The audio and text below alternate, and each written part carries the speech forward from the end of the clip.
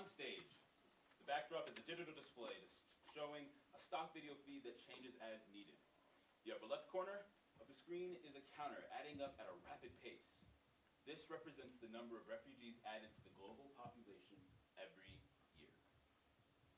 There is a round table in the front left corner of the stage with 3 bar stools facing the audience. This never moves throughout the play.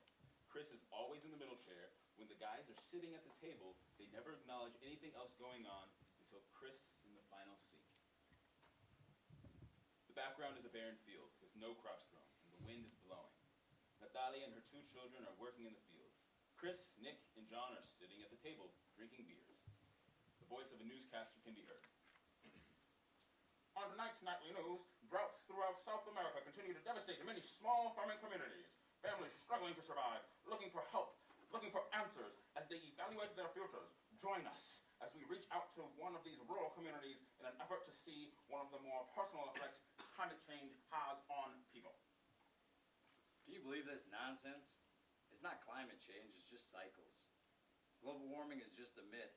They can't even decide what to call it. 10 years ago it was global warming, now it's climate change. What's it going to be called tomorrow?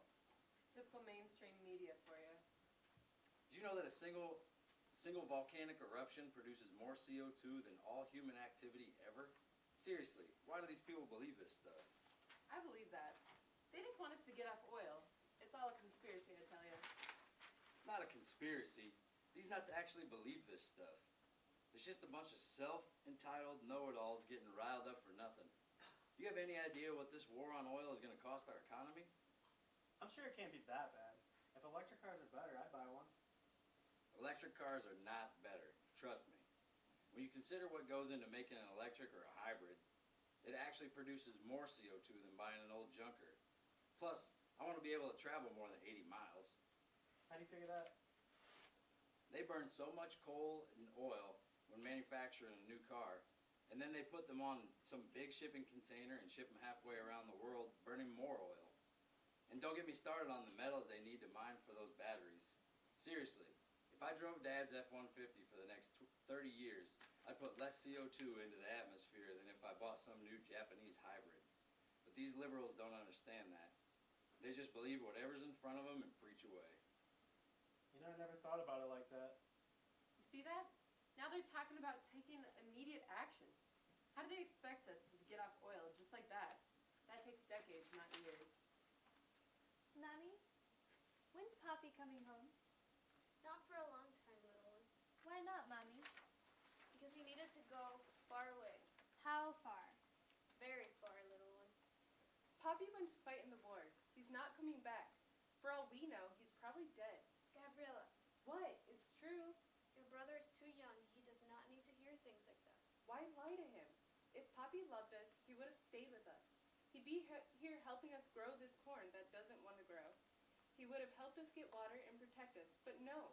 He would rather leave and fight for something that's not winnable. Your father did what he thought he had to do. He did it to protect us. He loves all of us very much. Do not say things like this.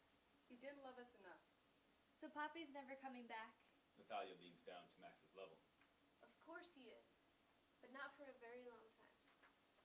Are you gonna leave us? Of course not. I would never leave you. You hear me? Never. Okay.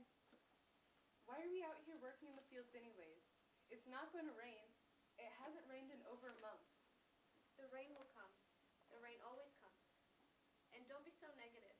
Your brother is so young. You don't understand how impressionable you are to him. I'm sorry, but I'm just being realistic. I don't understand why we're still here. Why don't we leave and go somewhere else? Somewhere where it rains. Because this is our home. Not anymore, it's not. Does this feel like home to you? We're hungry, we're tired, and we're hot. And everyone here is always so miserable. It's not our home anymore. Not like it used to be. I know that it doesn't look like it right now, but this is our home.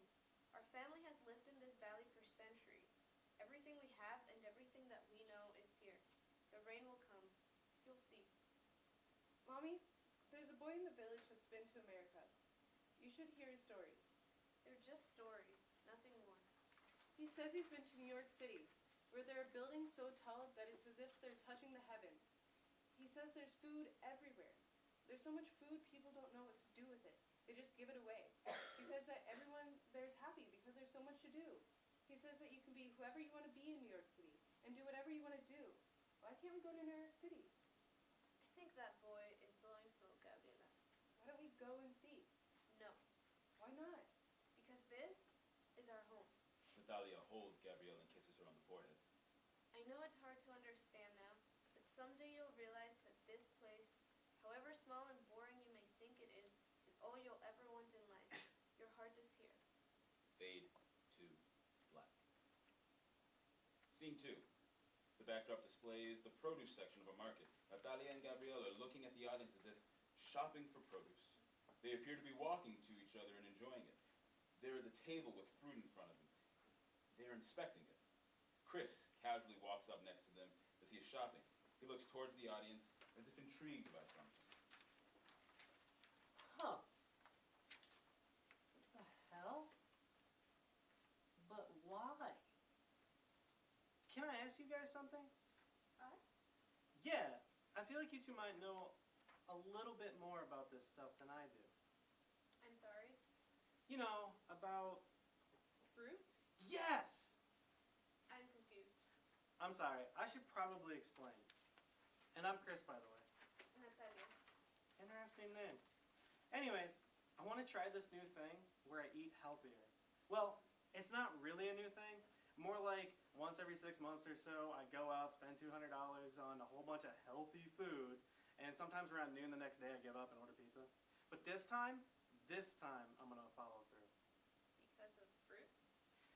More like I was playing a game of basketball with my friends yesterday, and it was kind of sad. And by sad, I mean when I jumped, my old nemesis Gravity came in and said, "Ha, not today, fat man." I'm still confused. I'm sorry. I take it from your accent, you're not from Iowa? No. What brought you to Iowa? If you don't mind me asking. It's a long story, but I can try and help you with your fruit if you'd like. Yes! I don't really eat this stuff. You don't eat fruit? What do you eat? Mostly frozen pizza and Captain Crunch. What is Captain Crunch? It's a children's cereal. Natalia and Gabrielle laugh out loud. I make big bowls of the stuff. You're a very funny man. Thank you. Huh. What is it? I'm sorry. You have a really beautiful smile. Natalia smiles and blushes and then straightens herself and picks up a piece of fruit. So, your fruit. Yes, fruit. I don't really know what to buy. Like, why are there so many different kinds of apples? And what the hell is this thing? That is a dragon fruit. You can make a delicious dessert out of it. It's kind of freaky looking. Maybe I'll just stick to the basics, like bananas. Here, let me help you. Natalia inspects some mangoes. Why'd you put that one back? This is a mango. You see how it feels soft to the touch? Yeah. That means it's ripe. You don't want a ripe one. You want one a little bit harder so you can eat it later. I assume you might have some more Captain Crunch to eat today. Yeah. Wow. You really know your stuff, don't you? We don't have big stores filled with food like this where I'm from. We learn at a very young age how to get and prepare food. Sometimes I drive up to a talking box and I order a cheeseburger. That's too bad. You should know where your food comes from. Back home, we prepare all of our own food. You have a greater appreciation for what you eat when you've grown and cooked it yourself. You going back there anytime soon? To my village? No, Iowa is our home now. In that case, you should let me take you out to dinner. Come on. Good food, a few bad jokes. I promise you won't regret it. What do you say? She says yes. Gabriela, What? He's cute and funny, and you haven't been out since you got here. It'd be good for you. Here, this is my number. My mother doesn't have a cell phone. Well, that's a first, but I'll take it. And I expect you to wear a tie. My mother deserves no less. And I swear, if you bring her to some superhero movie, I will end you. Gabriela, What?